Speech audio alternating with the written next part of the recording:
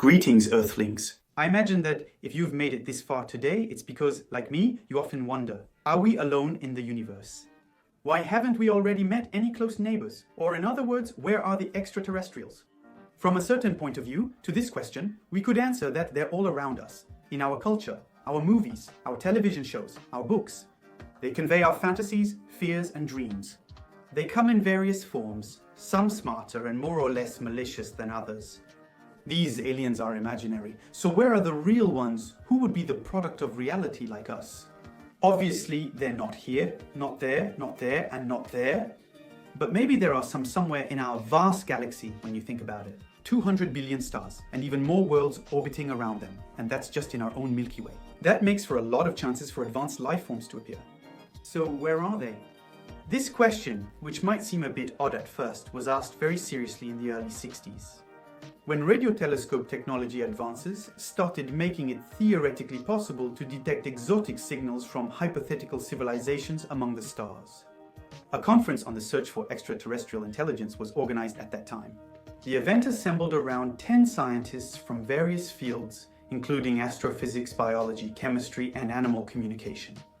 In reality, their goal is less about finding the location of extraterrestrial life. Obviously, we don't just focus on one part of the problem. If they exist, how many are there? While preparing this conference, the astrophysicist Frank Drake tried to summarize this question in a formula that has since become famous, the Drake equation. It highlights the main areas of uncertainty that need to be addressed to determine whether we're alone in the universe, or more precisely, in our galaxy.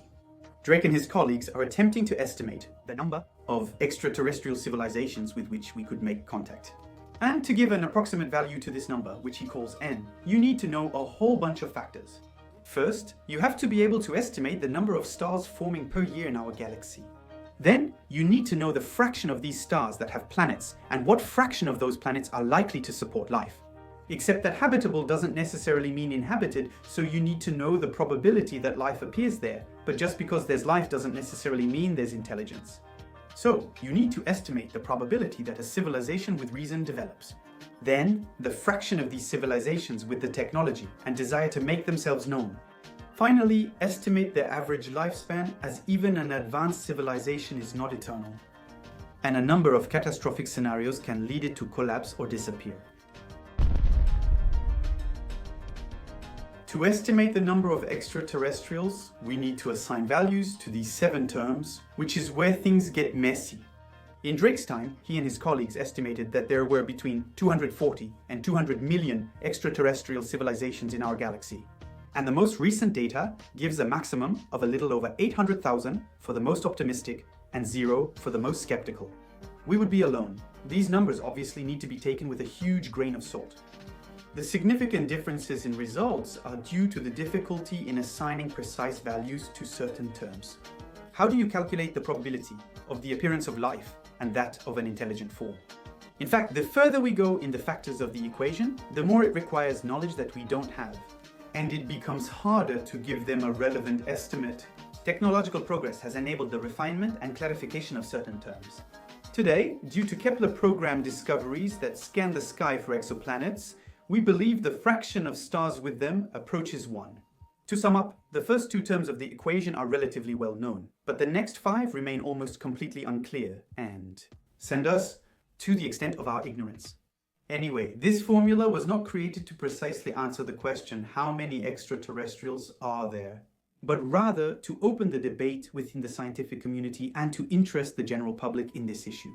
Because, indirectly, these questions have helped to give momentum to the search for extraterrestrial intelligence program, whose goal is to detect the presence of advanced extraterrestrial civilizations. Except that, after 60 years of listening, we have to admit that it's still radio silence. With the possible exception of a powerful signal known as the wow signal. And it got its name because the astrophysicist on duty at the time of its reception, on August 15, 1977, circled it in red because he was so amazed by its nature. This radio signal, lasting just 72 seconds, is quite surprising, since it was detected at a frequency where we expect to receive possible signals from extraterrestrial civilizations. A frequency whose particular wavelength allows it to pass through interstellar dust. Although the wow signal remains unexplained and fascinating, it doesn't prove anything. We can't conclude anything from it, especially since it has never been observed again. As Carl Sagan said, extraordinary claims require extraordinary evidence. So, let's ask the question differently. Why haven't we already detected extraterrestrials? This problem is known as the Fermi paradox, and many authors have tackled it, some more seriously than others, to present their own hypotheses. Here is a small selection. Let's start with the pessimistic hypothesis. To the question, why haven't we met them yet? Damn it, so where are the extraterrestrials? The answer is they don't exist or almost don't exist. We haven't detected them. The appearance of life is extremely rare, and the emergence of advanced intelligence is an anomaly. Every civilization inevitably ends up collapsing in a very short time, and so on, bringing it closer to zero. Any of the terms in the Drake equation leads to this conclusion. I don't know about you, but personally, the hypothesis, the notion that we are alone or nearly so troubles me, as I believe it stems from viewing ourselves as an exception or miracle. So let's take a look at the more optimistic hypotheses. Our galaxy abounds with habitable planetary systems where life thrives on nearly all of them. And the emergence of intelligent species organizing themselves into civilizations is depressingly commonplace. Thus, hundreds, thousands, even millions of civilizations are scattered throughout our galaxy and flood the skies with evidence of their presence. In short, the term N is large, and a great number of extraterrestrials exist. Yes, but in that case, the question still stands. Why haven't we already detected or encountered them? Well, there are plenty of hypotheses that can also explain this radio silence. We can assume that the incomprehensibly vast distances separating the stars make interstellar travel impossible.